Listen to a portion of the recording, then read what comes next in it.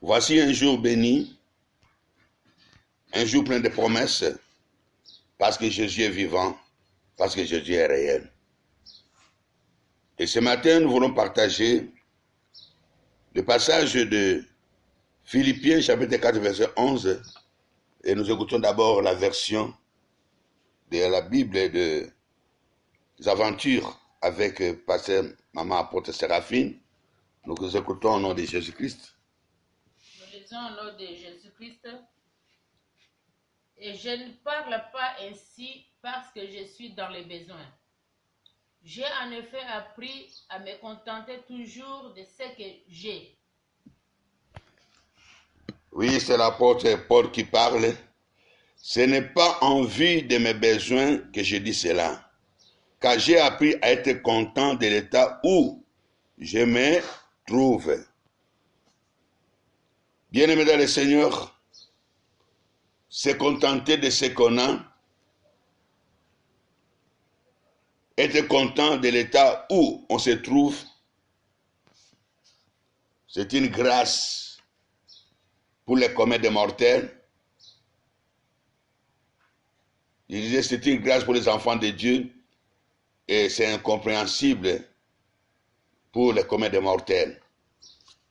Ainsi, nous devons savoir, bien-aimés, que nous sommes dans ce monde, c'est parce que Dieu l'a voulu.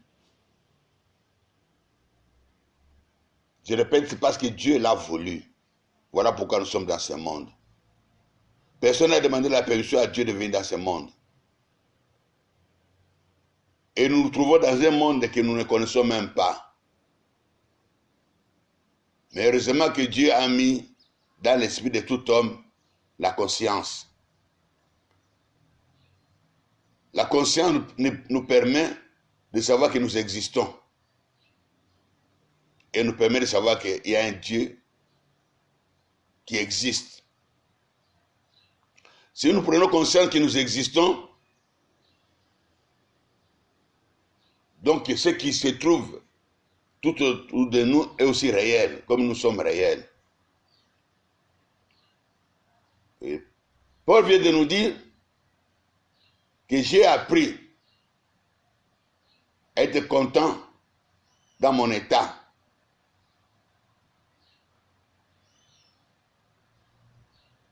En disant cela, bien-aimé dans le Seigneur, il s'est basé sur celui qu'il a rencontré dans la vie, celui qui lui a appris à vivre dans ce monde et non vivre de ce monde. Il a appris à tourner ses yeux uniquement sur Jésus-Christ. Il a appris à ne compter que sur Jésus-Christ. C'est ce qui est important, bien-aimé dans le Seigneur, car le monde n'a rien à nous offrir. Je répète encore, le monde n'a rien de bon pour nous. Au contraire, le monde, c'est une grande distraction pour celui qui a trouvé Jésus et qui aime Jésus. C'est ce que la Bible nous dit dans 1 Jean 2,15. N'aimez point le monde, ni les choses qui sont dans le monde. Car si quelqu'un aime le monde, l'amour du Père n'est pas en lui. Oui, bien-aimé dans le Seigneur, l'amour de Dieu, c'est que Dieu a envoyé son Fils unique. Il a sacrifié pour toi et pour moi. Afin qu'aujourd'hui, nous puissions comprendre le but pour lequel nous avons été créés. Et c'est vraiment important de le savoir. Ne vivons pas pour nous. Vivons au contraire pour celui qui nous a créés et qui nous a placés dans ce monde. Si nous vivons pour nous ou pour ce monde, nous passons à côté du plan de Dieu dans notre vie. Parce que personne d'entre nous ne se connaît. Nous ne savons même pas qui nous sommes. Mais nous découvrons seulement ce que nous sommes. Je répète, nous ne savons pas qui nous sommes, mais nous découvrons seulement ce que nous sommes. On les découvre. Même chaque matin, quand nous nous réveillons, c'est comme si on venait de nulle part. Et c'est ça qui arrive à tout le monde. Quand nous dormons, bien aimé, c'est comme si nous disparaissons. Et quand nous nous réveillons, on se pose d'où on vient. Il y en a qui se réveillent en sursaut. Il y en a qui se réveillent parce que le réveil les a réveillés.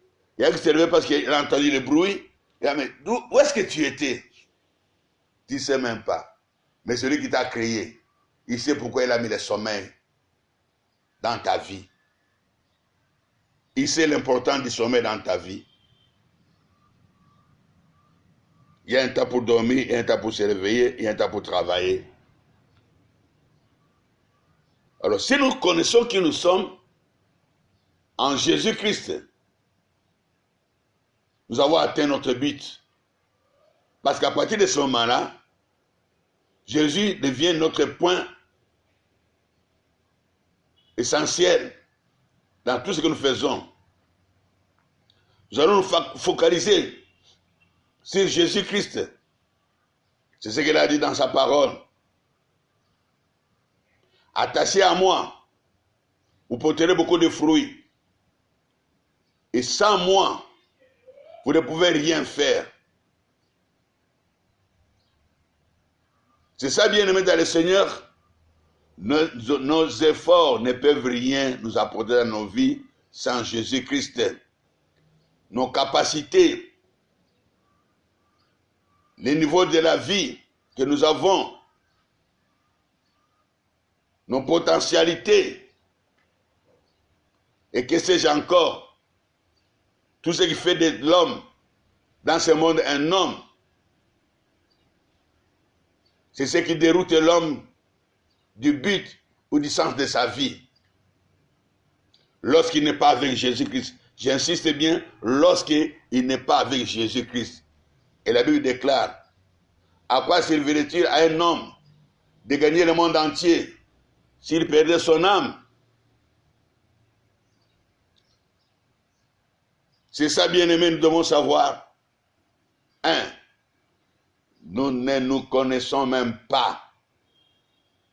Mais c'est la Bible qui nous apprend même d'où nous venons. Comme la Bible déclare dans Jérémie 1, verset 5. Lorsque je n'étais qu'une masse, la Bible déclare dans Jérémie 1, 5, la Bible déclare ceci: avant ta conception, je te connaissais. Avant ta naissance, je t'avais établi. Avant ta conception, avant que ton père et ta mère soient fiancés, lorsqu'ils étaient encore des célibataires, lorsqu'ils étaient encore des enfants, en train de grandir à quatre pattes, à marcher, à l'école maternelle, à l'école primaire.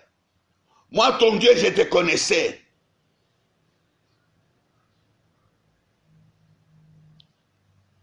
La Bible est claire dans Jérémie 1,5. Je te connaissais. Avant ta naissance, je t'avais déjà établi. Ce que je suis devenu aujourd'hui, Dieu m'avait établi avant que je sorte du ventre de ma mère. C'est que tu deviendras en Jésus-Christ. Moi, je ne parle pas de ce que le monde t'a donné, ce que le monde a fait de toi. Moi, je parle du chrétien qui a découvert véritablement Jésus-Christ comme Seigneur et Sauveur. Celui qui croit que Jésus-Christ est le chemin, la vérité et la vie. Celui qui croit que Jésus-Christ est le véritable Dieu. qui s'est fait homme, qui est descendu sur la terre pour vivre notre vie malheureuse et qui a accepté l'humiliation, la crucifixion, qui a accepté d'aller à la tombe en fait de nous racheter en versant son sang.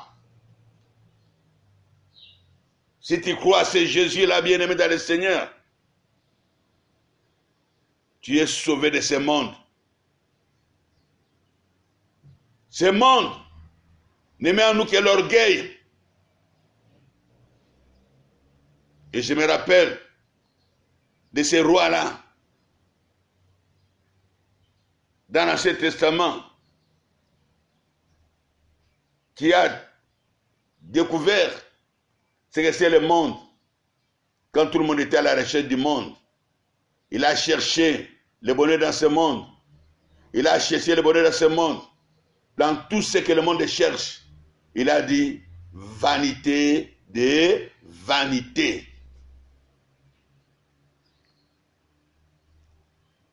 Vanité de vanité, dit Ecclésiaste. Poursuite des vents, dit Salomon. Car le monde n'est qu'illusion. Tout ce que tu commences aujourd'hui, demain tu n'as plus rien du tout. Oh, le monde nous fait marcher et nous donne une vie à dents de scie. Aujourd'hui ça va, demain ça ne va pas. Le monde nous réserve que des coups. Parce que le monde est sous le joug du diable, qui ne vient que pour voler, tuer et détruire. Mais toi qui as rencontré Jésus-Christ, sois heureux, parce que la grâce du Seigneur est sur toi. La Bible déclare dans le livre des Psaumes, verset 139, ça doit être le verset 15 à 16, oui c'est ça. Mon corps n'était point caché devant toi, lorsque j'ai été fait dans les lieux secrets, tissé dans les profondeurs de la terre. Verset 16, quand je n'étais qu'une masse informe, quand je n'étais qu'une masse informe, tes yeux me voyaient, et si ton livre était tous inscrits, les jours qui m'étaient destinés, avant que Dieu n'existât. Oh, bien-aimé dans le Seigneur, c'est beau ce passage. Lorsque je n'étais qu'une masse informe, quand tu me tissais dans le ventre de ma mère, ah, bien-aimé, Dieu est bon. Lorsque je n'étais qu'une masse informe, lorsque tu me tissais dans le ventre de ma mère, tes yeux me voyaient, et tous mes jours que je dois passer sur la terre, c'est déjà inscrit dans ton livre. Dis-moi, ce Dieu ne te connaît pas? Dieu te connaît, bien-aimé dans le Seigneur. Dieu te connaît. Raison pour laquelle la Bible dit qu'il connaît même le nombre de tes cheveux qui tombent par terre quand tu te peignes. S'il connaît, il compte le nombre de cheveux qui tombent, que toi tu ne fais même pas attention. Et toi, et toi-même qui possèdes ces cheveux-là, Dieu te connaît, alors cherche à les connaître. Cherche à les connaître avec son plan merveilleux s'accomplir dans ta vie.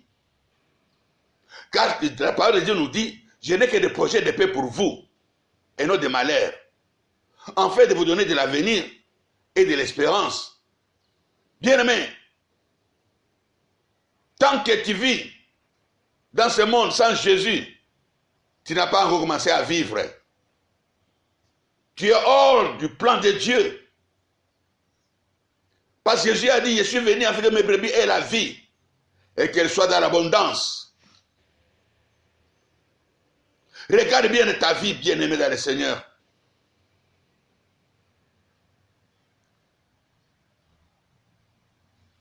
Ta vie est pleine de soucis, d'amertume, de chagrins. Ta vie est pourrie de maladies, de pensées négatives. Tu pries et tu es découragé. C'est parce que tu ne connais pas celui qui tient ta vie dans sa main. S'il tient le monde entier dans sa main, et toi qui as été créé à son image, à sa ressemblance, il déclare, si vos pères, méchants soient-ils, si vous leur demandez du pain, ils ne vous donnent pas de la pierre. Si vous leur demandez du poisson, ils ne vous donnent pas le serpent. Et moi, votre Père céleste, si vous me demandez de l'Esprit, ne vous donnerai-je-t-il pas? Oh, bien-aimé, avec l'Esprit de Dieu, tu as la vie de Dieu dans ce monde. Avec l'Esprit de Dieu, tu n'es plus de ce monde. Mais tu es dans ce monde pour régner.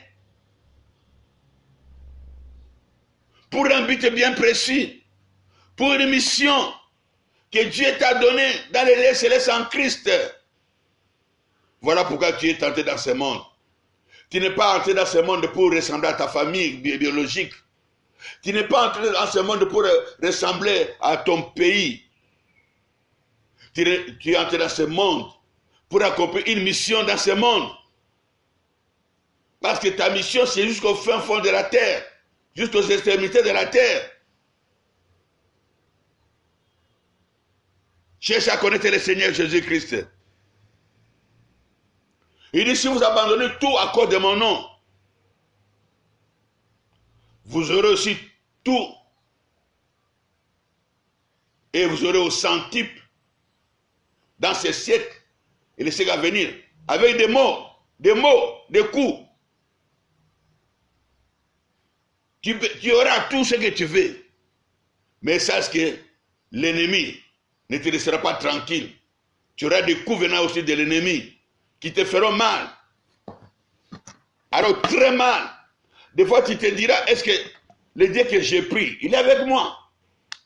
Et je ne me suis pas trompé de chemin ou de voie. Mais si Jésus existe, pourquoi tout ceci m'arrive?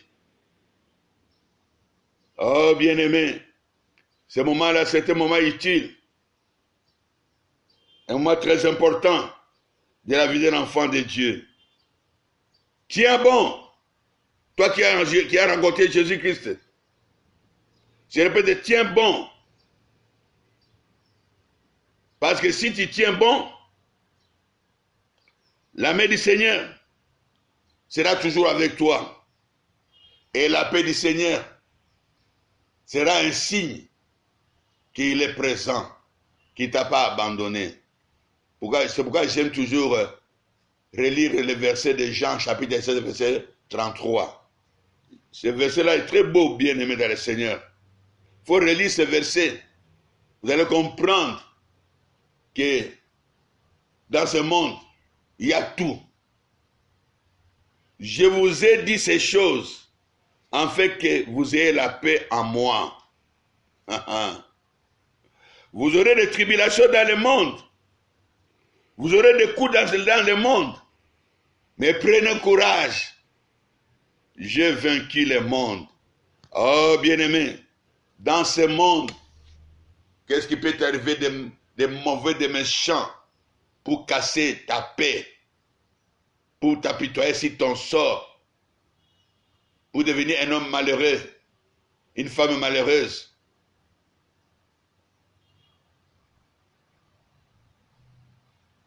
La paix de Jésus-Christ en nous donne la force, le courage de continuer. Quand bien même nous ne voyons rien, il demande de persévérer. C'est celui qui va persévérer, qui va vaincre. Ah bon, donc la marche dans ce monde, c'est une marche de combat. Ne croyez pas que quand tu es dans ce monde, c'est pour recevoir, recevoir, recevoir. Non, c'est pour accomplir une mission. Une mission où tu rencontreras le vent contraire.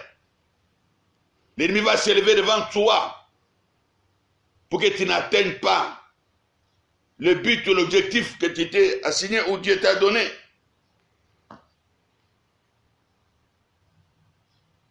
Satan ne se laissera pas faire.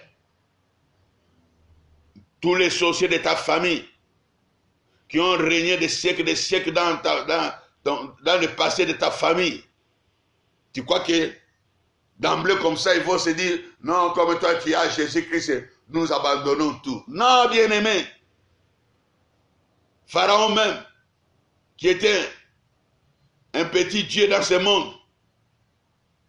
En Égypte, c'est lui qui était le Dieu sur la terre. Avec des esclaves qui lui appartenaient à jamais. Ne sachant pas que ces esclaves n'étaient pas des esclaves ordinaires. Et lorsque leur Dieu s'est élevé, Pharaon a lâché prise. Là, a lâché prise. Et Pharaon a pleuré. Et ce peuple est parti, libre et vainqueur. Mais après un certain temps, la Bible nous dit, après avoir réfléchi, il s'est dit, qu'est-ce que j'ai fait? Ce sont mes esclaves. Personne n'a le droit de me les ôter. Je les poursuivrai, je les rattraperai, je les punirai et je les ferai revenir à la case de départ. L'ennemi ne te laissera jamais tranquille, même si aujourd'hui tu as vu la gloire de Dieu, tu as vu un miracle. Voilà pourquoi tu dois apprendre à être content dans ce qui t'arrive, des bons comme des mauvais. Toi, prends seulement courage, continue, ne lâche pas. Qu'est-ce qui peut t'arriver sans que ton Dieu ne soit au courant? Qu'est-ce qui peut se faire dans ta vie sans que ton Dieu ne le permette? Ou tu as Jésus, ou tu n'as pas Jésus. Et la Bible nous donne des garanties partout. Car la Bible déclare, les malheurs atteignent souvent les justes. Mais l'Éternel l'en délivre toujours, alors toujours et tous les jours. Même aujourd'hui. Le malheur qui te poursuit là. Les problèmes qui t'accablent. Ta situation que tu trouves impossible. Je m'adresse à toi qui prie. Toi qui pries en vérité. La Bible déclare que Dieu a fixé le jour où il va intervenir. C'est ce qui est beau dans ce message. Dans ton malheur là, où tu pries jour et nuit, c'est la volonté de Dieu que tu pries jour et nuit. Il dit dans sa parole, priez sans cesse. 1 Thessaloniciens chapitre 5 verset 17. Priez sans cesse. N'arrêtez pas jusqu'à ce que vous allez voir l'exaucement. Mais ça, dans tes prières là, Dieu est en train de voir. Dieu est en train de c'est comme un examen. Tu as l'examen, les devoirs, les interrogations, les devoirs à domicile, les épreuves de fin de l'année. Tout cela est en train de voir ton évolution. Parce que lorsque tu auras terminé, il y aura une récompense. Quand tu pries, et tu ne vois rien. Non, Dieu est en train de comptabiliser tes prouesses. Ta vie de prière est bien suivie par l'Éternel. Ta vie de prière, c'est ta force, ta puissance. Ça t'a été très fâché lorsqu'il te voit prier. Surtout lorsqu'il te voit persévérer. Il veut que tu arrêtes, que tu dis, Seigneur, pourquoi Jésus m'est arrivé? Seigneur, pourquoi les autres ont, pourquoi pas moi? Seigneur, tu m'as oublié. Seigneur, pourquoi les païens sont à l'aise et pas moi? Satan aime que tu murmures. Murmurer, c'est insulter Dieu. Que tous ceux qui respirent louent l'Éternel. La louange, c'est glorifier Dieu dans tous ses bienfaits. Les bienfaits de Dieu, c'est quand même tu es dans la souffrance. Dieu te fait du bien à cette souffrance, si tu regardes bien. Comme Joseph a dit ces jours-là, le malheur que vous avez souhaité pour moi, c'est vrai que j'ai souffert, mais Dieu l'a changé en bien. Oh, tout concourt au bien de ceux qui aiment Dieu, bien-aimé dans le Seigneur. Acceptez le temps de confinement, acceptez le temps de chômage, acceptez le temps de privation dans le Seigneur. Les malheurs atteignent souvent les justes, mais l'Éternel l'en délivre toujours. Le Seigneur fixe toujours son temps, même le confinement là. C'est pour un temps. Même ta maladie là. Je parle bien de ta maladie. Je parle bien de ton célibat. Ne regarde pas l'âge qui passe. Je parle bien de ton chômage. Tu n'as jamais été chômeur. Mais les circonstances arrivent et tu te trouves chômeur. Continue à prier le Seigneur. Au contraire, double même l'intensité. Attise le feu. Parce que tu es entre de bonnes mains. Et il a fixé les jours de sa gloire sur ta vie. Ce jour-là, bien-aimé, est déjà là. Ne regarde pas ce que tu vis aujourd'hui. Regarde les jours du Seigneur qui arrivent. C'est cela que tu dois regarder pour te contenter de ta situation. Pour accepter la situation que tu as aujourd'hui. Regarde la gloire de Dieu qui arrive. Il ne t'a pas abandonné. Il ne t'a pas délaissé. C'est lui qui est venu vers toi. Toi, tu crois que c'est parce que tu l'as trouvé. Non, il s'est laissé trouver. Voilà pourquoi tu es devenu chrétien. Chrétien, mets-toi debout. Arrête de t'asseoir, de t'apitoyer sur ton sort. Mets-toi debout, commence à regarder les jours du Seigneur. Les jours de sa gloire. Ne regarde pas avec tes yeux physiques et tu ne verras rien du tout. Regarde avec les yeux de la foi. Crois seulement et ton Lazare ressuscitera. Crois seulement, ton Lazare sortira de la tombe familiale. Crois seulement, ton Lazare sortira de la tombe de la loi, de la condamnation générationnelle. Crois seulement et tu verras les jours poindre. L'Éternel n'aura pas toujours, parce que Jésus est vivant, parce que Jésus est vainqueur. Je répète, les ténèbres ne régneront pas toujours. Toi, regarde le matin qui arrive. Il s'appelle le soleil levant. Jésus-Christ éclaire ta vie. Jésus-Christ illumine ta vie. Jésus-Christ, il est là pour resplendir ta vie, afin que toutes les choses anciennes passent, afin que les choses nouvelles commencent.